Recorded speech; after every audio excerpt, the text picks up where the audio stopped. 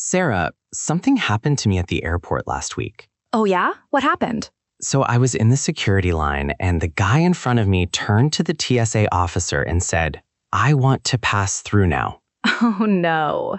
And the officer just looked at him, like really looked at him. That's so uncomfortable. Right? And the guy had no idea what he did wrong. His English was fine, his grammar was fine, but something was just off. Yeah, it's not about grammar. It's about how it sounds to an American. Exactly, and that's what we're talking about today. At the airport, what sounds rude, what sounds natural, and why Americans react the way they do. I'm Mark. And I'm Sarah. Welcome to Culture Code English. Okay, let's start right there, the security line. You walk up to a TSA officer and you need to ask if you're in the right place. This is one of the most common situations and one of the most common mistakes. So what do people usually say? Something like, "Is this the security line?" Which sounds totally fine, right? It does, but here's the thing. Americans don't say the security line.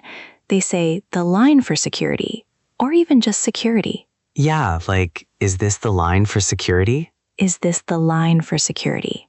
Say it with me. Is this the line for security? One more time. Is this the line for security? And the TSA officer might say, "Yes, you're in the right place," or just, "Yep, go ahead." Yep. Very American. Very casual. Now here's the American social tip for this one. TSA officers deal with hundreds of people every day. They're not unfriendly, but they're busy. Short, polite, casual works best. You don't need to be formal. Is this the line for security is perfect. It's respectful without being stiff. I want to pass through now? That sounds like a demand, even if you didn't mean it that way. And that's the trap with textbook English. The words are correct, but the feeling is wrong.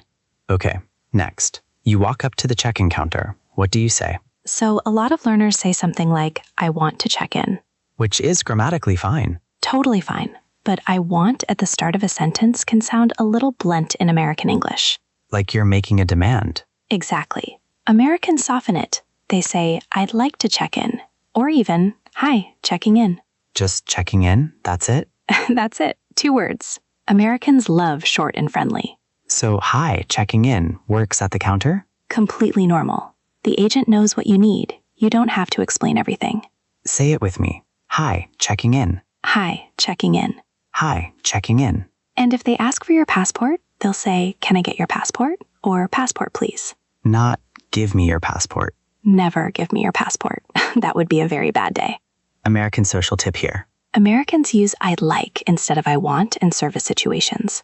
It's a small word change, but it makes a huge difference. "I want" sounds like a child asking for candy. "I'd like" sounds like a confident adult.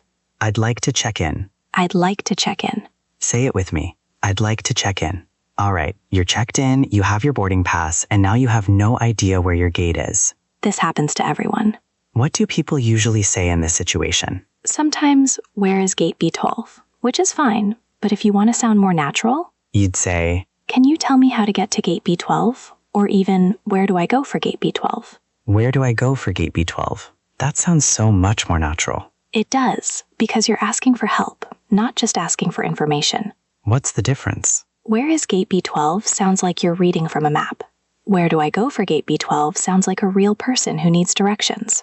Say it with me. Where do I go for gate B12? "Where do I go for gate B12?" Where do I go for gate B12? And the person will probably say, "Go down this hall, take a left, you'll see the signs." Or, "You're actually really close, it's just around the corner." You're actually really close. That's such an American thing to say. It is. Americans like to make you feel good about the situation. American social tip. At airports, people are usually happy to help. Don't be afraid to ask. A smile and "excuse me" before your question goes a long way. Americans notice when you're polite and relaxed. It makes the whole interaction easier. Excuse me, where do I go for gate B12? "Excuse me, where do I go for gate B12?" Perfect. Okay, this is one where I've seen people get into awkward situations. Boarding? Boarding. So you're at the gate, they call your group, and you walk up to the gate agent. What do you say? Some people say, "I am boarding now," or "My turn to board." Which is a little strange. Very strange, because the agent already knows you're boarding. That's why you walked up. So what do you actually say? You don't say much at all. You hand over your boarding pass and say, "Hi," or "Here you go," and let them do their job. That simple? That's simple. Maybe, "Is this the right line for Group B?" if you're not sure, but mostly just be friendly and let the process happen. Americans don't over-explain in these situations. Right. The gate agent scans your pass, says, "Have a good flight," and you say, "Thanks, you too." You too. Classic. Every single time. Say it with me. Thanks, you too. Thanks, you too. Thanks, you too. American social tip. In service situations at the airport, less talking is more. A big smile, eye contact, "Here you go, thank you, have a good one." That's all you need. Americans are efficient. They appreciate when you keep it moving. And have a good one. That's very American, very casual, very friendly. Have a good one. Have a good one. Have a good one.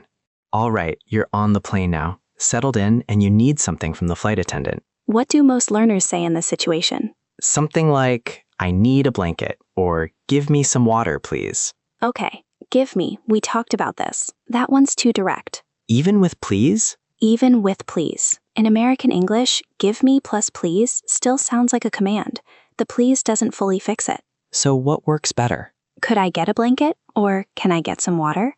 Or if you want to be extra warm, would it be possible to get a blanket?